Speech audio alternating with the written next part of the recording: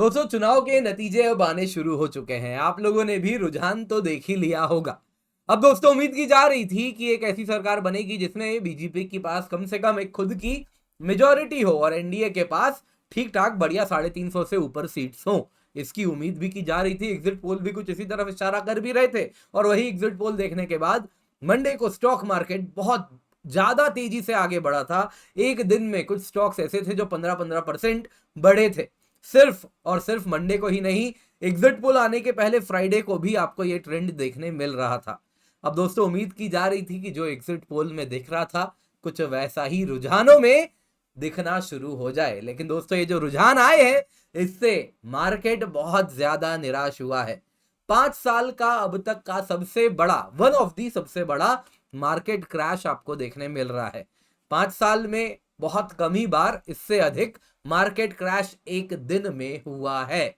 अब दोस्तों, देखने वाली बात यह है कि ये क्रैश क्या आगे भी चलता रहेगा, क्योंकि दोस्तों यहाँ पे एक चीज लगभग अब क्रिस्टलाइज होता जा रहा है कि बीजेपी की अकेले सिंगल लार्जेस्ट पार्टी तो वो जरूर बन चुकी है और बहुत ही बड़े मार्जिन से बनी है, लेकिन अपने आप में वो 272 का मार्क पार करती हुई तो नहीं दिख रही।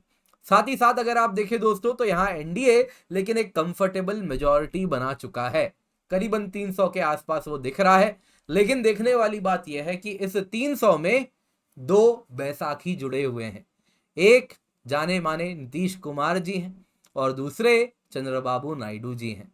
तो यहाँ पे दोस्तों एक डर बना हुआ है कि ये 300 कब 270 में तब्दील हो सकता है यदि इस सरकार की ये 2 बैसाखी छीन ली जाए तो। अब दोस्तों, यहाँ पे अगर आप देखें तो इस प्रकार से जो एक ऊहापोह बना हुआ है, क्या होगा नहीं मालूम, उसमें अडानी ग्रुप वो सबसे बड़ा सफरर बन के उभरा है।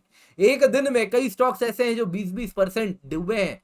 3 लाख करोड़ रुपए का नुकसान सिर्फ और सिर्फ अडानी ग्रुप के स्टॉक्स के मार्केट वैल्यूएशन में हुआ है। आप देख सकते हैं अडानी इंटरप्राइज एक दिन में करीबन 19% गिरा है। अडानी ग्रिन 14.5% गिरा है। अडानी पोर्ट्स करीबन 20% गिरा है। अडानी पावर करीबन 14%।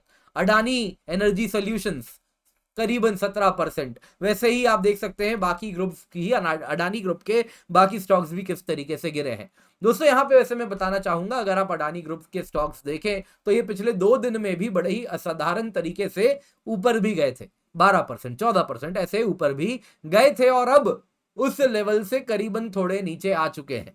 तो यहाँ पे दोस्तों देखने वाली बात यही है कि 3 लाख करोड़ का अडानी ग्रुप को अब तक नुकसान हो चुका है। मुझे मालूम है आप में से कई रिटेल इन्वेस्टर्स, खुदरा निवेशक भी होंगे, तो उनको भी नुकसान हुआ होगा। पर दोस्तों, यहाँ पे सिर्फ अडानी ग्रुप में ही ये नहीं हुआ है। ये आपके लिए मैं निफ्टी 50 का इंडेक्स का चार्ट लाया हूं। आप देख सकते हैं निफ्टी 50 में एक दिन में जो ये डाउनफॉल आपको दिख रहा है, ये करीबन 1 महीने का ग्रोथ था, जो कि प्री इलेक्शन रैली में लग रहा था कि हाँ आने वाला है, आने वाला है। वो पूरा का पूरा एक दिन में इरोड होता हुआ कुछ दिख रहा है। काफी बड़ा नुकसान यहां पर हुआ है।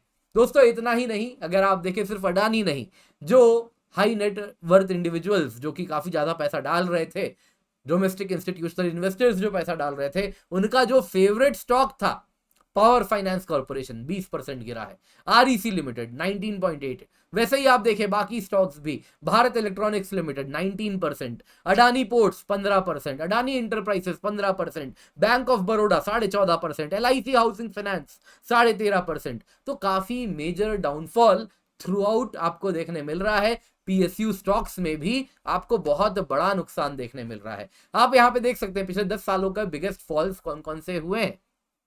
निफ्टी में 23 फरवरी 2020 12.98%। कोविड का दौर था दोस्तों, कोविड वाला ये एक दिन का फॉल था। 12 मार्च 2020 उसके बाद क्या हुआ कि कोविड का वो चलता ही गया 8.5% करीब। 16 मार्च 2020 7.5%। तो ये एक दिन का फॉल नहीं था। आप देख सकते हैं करीबन करीब 23 फरवरी को जो फॉल शुरू हुआ, ये एक हफ्ता और उसके बाद करीबन करीब 3 हफ्ता और, यानी कि आप पकड़ लीजिए 4 हफ्ता तक कोविड वाला फॉल आपको देखने मिला था। और अदर उसके बाद 4 जून को भी कुछ, उसके बाद मार्केट स्टेबलाइज होना शुरू हो चुका था और फिर मार्केट ऊपर गया था। किस प्रकार से गया था आपको भी मालूम है, मुझे भी मालूम है। वैसे ही आप देख सकते हैं 24 अगस्त 2015 को 5.9% गिरा था और आज 4 जून को 6% मार्केट नीचे गिरा है। तो कोविड के बाद से अगर आप देखें तो इतना बड़ा फॉल आपको एक दिन का आज देखने मिला है। दोस्तों बीएसई लिस्टेड कंपनीज की अगर आप बात करें तो 40 लाख करोड़ रुपए टोटल बीएसई में नुकसान हुआ है, जिसमें करीबन 10% नुकसान अकेले अडानी ग्रुप को हुआ है। तो इस प्रकार से काफी बड़ा, अगर आप मार्केट में देखें पीएसयू स्टॉक्स का ये हीट मैप है, आप देख सकते हैं किस प्रकार से आपको लॉस देखने मिल रहा है।